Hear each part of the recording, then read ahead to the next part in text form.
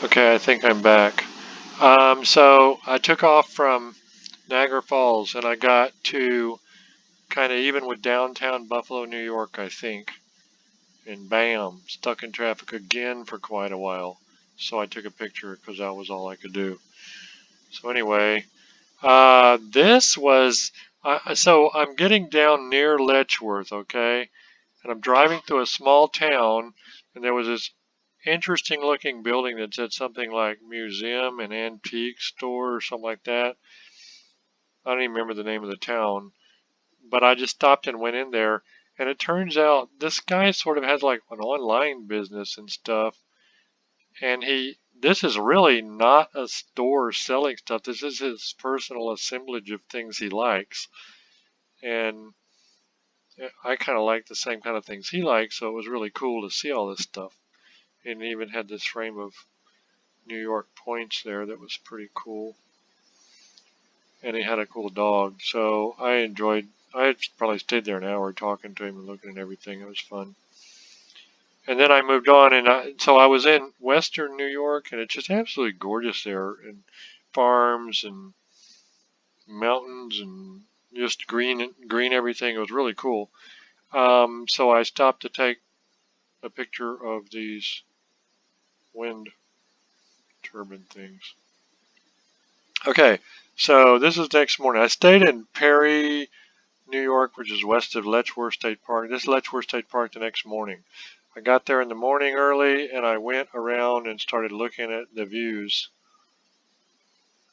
I think this is a Genesee River and it's cut down through shale and it's real pretty. This is like the coolest bathroom I've ever seen with moss growing on the roof and all stone work. Everything is really cool. This is a trail going down to a lower point on right here where you can look over the river.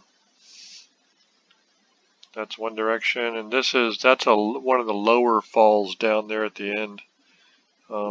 It's not all the way down. I didn't make it all the way down until the end of the Knapin. I don't remember what day this was. There's going back up. Okay, so I get to the Knapin, and that Knapin doesn't open until noon. You can set up at noon on Thursday. I guess it was Thursday. Anyway, you can't get there before noon. So this is people waiting to rush in and claim their turf. And I thought that was amusing, so I took a picture of it. This is a view from the Knapin, behind the Knapin where people camp. If you can pitch your tent like right by this view and look out and have awesomeness. Okay, so here's where things are happening, and I'm pretty sure this is Roy Miller stuff.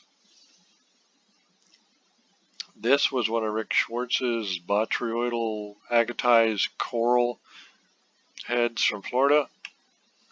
That is a coral artifact that I thought was really cool. That is another coral artifact that I thought was really cool. Botryoidal coral that's been made into like a scraper, big scraper. It's really cool. Mastodon jaw. So this is what happens. One of the Canadian guys there was a big Canadian contingent. As soon as he finds out who I am, he suddenly accosts me with this large lump of Onondaga. And I knew about Onondaga simply because Dan Toyce had told me friends do not let friends nap Onondaga. And I remember that because it was amusing. So he gives me this thing, and it was really murderous to get into it, but once I got into it, I was able to get this point out of it, and after that, it was kind of like, okay, well, maybe he can nap, and they chilled a little bit on me. So, this is the old-timey, primitive, original kind of camping area. This is Craig Ratsett of Neolithics teaching someone how to spall. Craig always spalls most of the time at the Knapins. He brings a bunch of big rock and spalls it out, so that's what he was doing. And that's some of his stuff on his tarp. And that's some of the rock he brought to Spall. This is Steve Nisley's broad spears and stuff made out of New York, I guess, material. And I can't remember what all the material is. They beat on this hardstone with wood and hardwood, dogwood, and stuff like that in the Northeast. And some of them can really make some good stuff out of it. I don't know how they do it, but there's some more of his stuff. This in the front here is Pennsylvania jasper, which I'm led to believe is kind of scarce. It's pretty stuff. I like it. But I like the broad spears too. They're really neat looking. This is Tom. He was from up there, and he was a good woodworker and made. I got some display cases from him that he made, but he made cool stuff. Very nice guy, fun to talk with. Wait a minute. This table and this rock was set up. The son of the guy that runs flintnappingtools.com gets materials from his dad and takes it around and sets up at shows and sells. So if you don't want to, so you can get stuff at shows, or you can get similar stuff over online. This is Marv. Marv was fun to talk to. He is, I guess, watches some of my YouTube stuff. Hi, Marv. There's the tools. And I really like this stuff. And, you know, it's unfortunate that he accepted credit cards, because all this stuff here I bought because, you know, he took plastic, so why not, right? But I really like those tools. They're good. So here's some more of that, the primitive camping setup. It's fun to go around and look at all their stuff. I had not met Richard Poirier before, but he had some interesting displays and some interesting stuff. I particularly thought this was kind of cool. He's got these things that he sells where he's got different sizes of debitage, and then like a spalled piece of rock, and then a point made from the rock. And I really like these. I thought they were great displays. I think this was Roy's stuff, or no, maybe this was dadgummit. Oh well, I have this aging issue. Anyway, this is Knife River Flint, and that is, I know whose stuff this is too, but I can't remember the name, but I should, because I do know. This is Rainy Butte, silicified sediment, iron-based wood that's weird to nap, but you ought to nap it because it's different. This, I think the guy's name was Chris that owned this stuff. But anyway, a lot of this is coastal plains, Georgia kind of stuff, coastal plains, Flint River sort of stuff, coral and stuff. This is Eric's rock stuff, I believe. I think that's him sitting there. I didn't take a very good picture. Then Dan Toyce's setup, and that's Roy Miller's setup. That's Roy, the back of Roy anyway. More stuff everywhere. Oops. Cool glass. This was some kind of demo, I wasn't sure what's happened there. Okay, this was someone's artifact collection that they had set up with, and this played a role later because a guy from the Adirondacks, which I think is some sort of skating rink, showed up, and he had a rock that he'd gotten out of a wall, he said, and it was called Nautarack Chert. And it was kind of like Onondaga on steroids. And he gave it to me, and I hit it, and I made this big, thin biface kind of thing out of it, which shocked both of us. And so then somebody said, well, you ought to make a Genesee point out of that. And I'm like, I have no idea what a Genesee point is. So they walk me over to this, and they're pointing out these things and saying, oh, well, several of these are Genesee points. And I'm like, okay. Actually, at first they told me, well, it's kind of like some other type point. I didn't know what that was either. So I don't remember what these guys were oogling.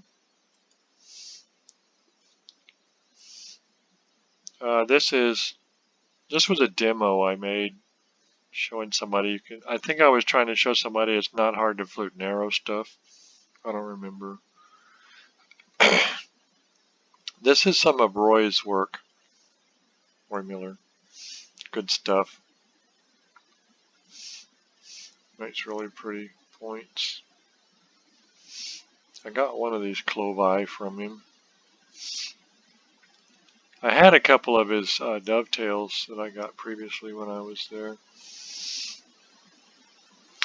This guy's work was really nice and I liked it. He had a big variety of stuff.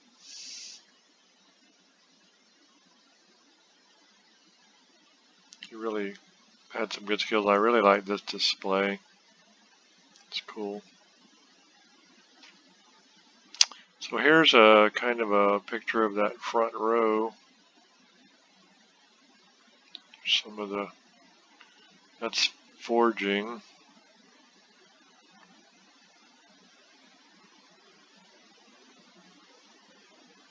Okay, here we go.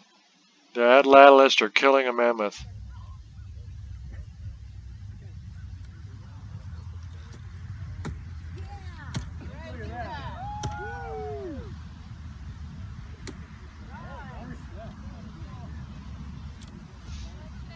They had atlatl competitions going on the whole time.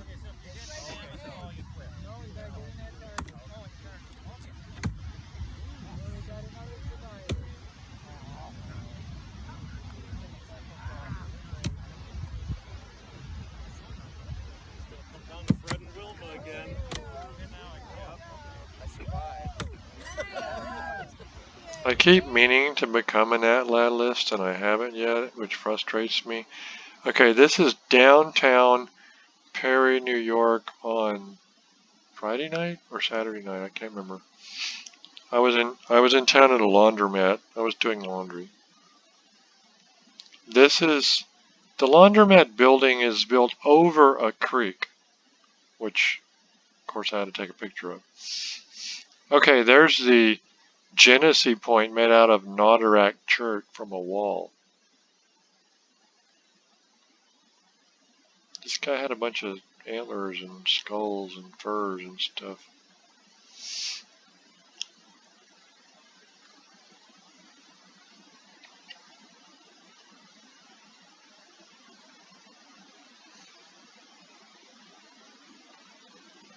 This is a big communal napping area. They had a huge tent for that.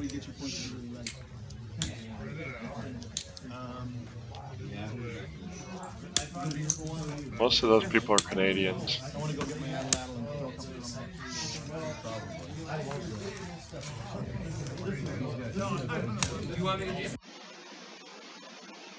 It was a real friendly, cool kind of thing. Okay, so this is Jared, I think, and he was making a seahorse, and he wasn't through with it yet. So he wasn't thrilled that I was taking a picture of it before he finished it, but you can still tell that it was pretty darn cool. I was impressed. So there's the circles. Okay, so this looks like I was leaving. So this is Sunday. I was leaving. I was just going to go down and get a room and just be in Ohio at Flint Ridge for a week.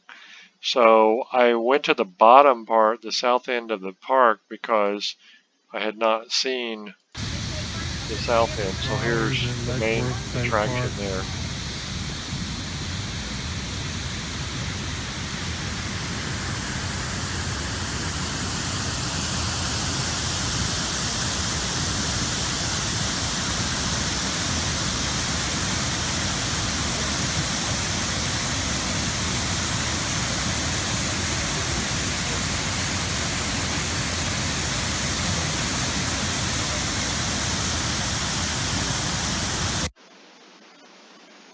Okay, so now where am I?